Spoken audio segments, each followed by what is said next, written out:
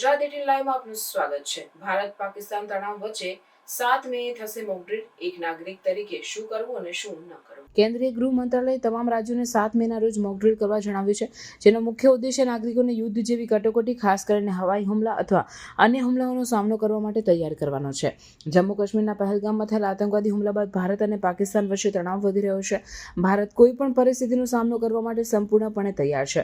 દરમિયાન કેન્દ્રીય ગૃહ મંત્રાલયે તમામ રાજ્યોને 7 મેના રોજ મોક ડ્રીલ કરવા જણાવ્યું છે। 7 મેના રોજ દેશભરના 244 ઓળખાયેલા જિલ્લાઓમાં મોટાપાયે નાગરિક સંરક્ષણ મોક ડ્રીલ યોજવાનો નિર્દેશ આપવામાં આવ્યો છે, જેનો મુખ્ય ઉદ્દેશ્ય નાગરિકોને યુદ્ધ જેવી કટોકટી, ખાસ કરીને હવાઈ હુમલા અથવા અન્ય હુમલાઓનો સામનો કરવા માટે તૈયાર કરવાનો છે। આ કવાયત નાગરિકોને સલામતીના પગલાં, સ્થળાંતર પ્રક્રિયાઓ અને કટોકટી પ્રતિભાવ અંગે તાલીમ આપવા પર ધ્યાન કેન્દ્રિત કરશે। આ મોક ડ્રીલનો મુખ્ય ધ્યેય નાગરિકોને શાંત રહેવા, સુરક્ષિત આશ્રય લેવા અને હવાઈ હુમલો કે અન્ય હુમલાની સ્થિતિમાં વહીવટીતંત્ર દ્વારા જારી કરાયેલી સૂચનાઓનું પાલન કરવા માટે તૈયાર કરવાનો છે। આ કવાયત ખાસ કરીને ભારત પાકિસ્તાન સરહદે આવેલા રાજ્યોના વ્યૂહાત્મક રીતે સંવેદનશીલ જિલ્લાઓ જેમ કે જમ્મુ અને કાશ્મીર, પંજાબ, રાજસ્થાન અને ગુજરાત માટે મહત્વપૂર્ણ રહેશે।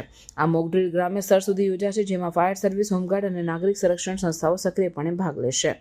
મોક ડ્રીલ દરમિયાન હવાઈ હુમલાની ચેતવણી આપનાર સાયરન વાગી શકે છે। એ સમજવું મહત્વપૂર્ણ છે કે આ એક પ્રથા છે, તેથી ગભરાવાની જરૂર નથી। સાયરન સાંભળતા શાંત રહો અને વહીવટીતંત્રની સૂચનાઓનું પાલન કરો।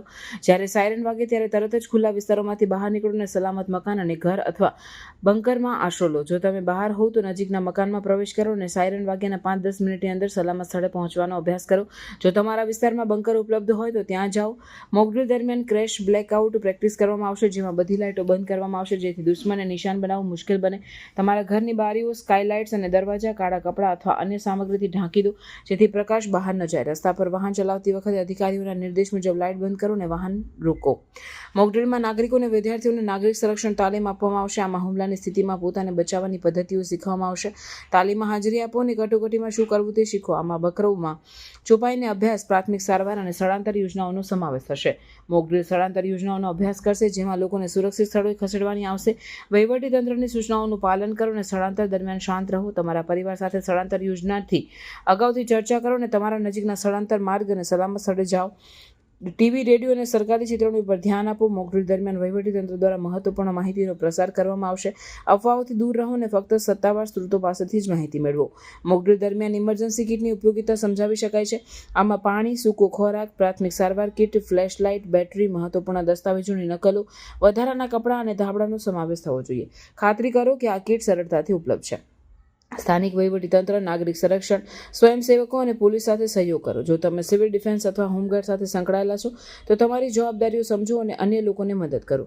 દરેકને સુરક્ષિત રાખવા માટે પડોશીઓ અને સમુદાયો સાથે મળીને કામ કરો। બાળકોને અગાઉથી કવાયત સમજાવો, જેથી તેઓ ગભરાટમાં ન આવે। તેમને સાયરન અને બ્લેકઆઉટ પ્રક્રિયા વિશે કહો। વૃદ્ધો અને ખાસ જરૂરિયાતો ધરાવતા લોકોને મદદ કરો, જેથી તેઓ સુરક્ષિત સ્થળે પહોંચી શકે। સોશિયલ મીડિયા કે અન્ય સ્ત્રોતોમાંથી આવતા અપ્રમાણિત સમાચાર પર વિશ્વાસ ન કરો। ફક્ત સરકારી ચેનલો અને સ્થાનિક વહીવટીતંત્રની સૂચનાઓનું પાલન કરો।